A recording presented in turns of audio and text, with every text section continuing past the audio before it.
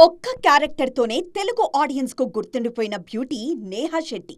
Silver screen మీద ఎక్కువగా glamour రోల్సే చేసిన ఈ భామ సోషల్ మీడియాలోనూ అదే ఇమేజ్‌ను కంటిన్యూ చేస్తున్నారు. ప్రెజెంట్ నటనకు బ్రేక్ ఇచ్చినా ఆన్‌లైన్‌లో మాత్రం అద్దిరిపోయే అప్డేట్స్ ఇస్తున్నారు. ప్రెజెంట్ సినిమా అప్డేట్స్ ఏమీ లేకపోయినా ఆన్‌లైన్‌లో వెకేషన్ ఫోటోస్‌తో రచ్చ చేస్తున్నారు.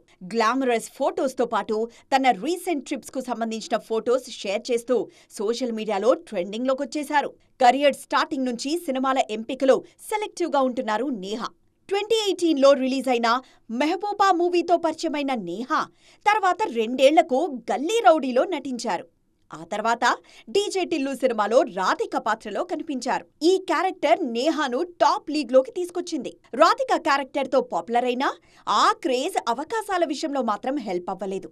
ఎక్కువగా గ్లామర్ రోల్స్ రావడంతో ఎంత త్వరగా అవకాశాలొచ్చాయో అంతే స్పీడ్గా తగ్గిపోయాయి కూడా.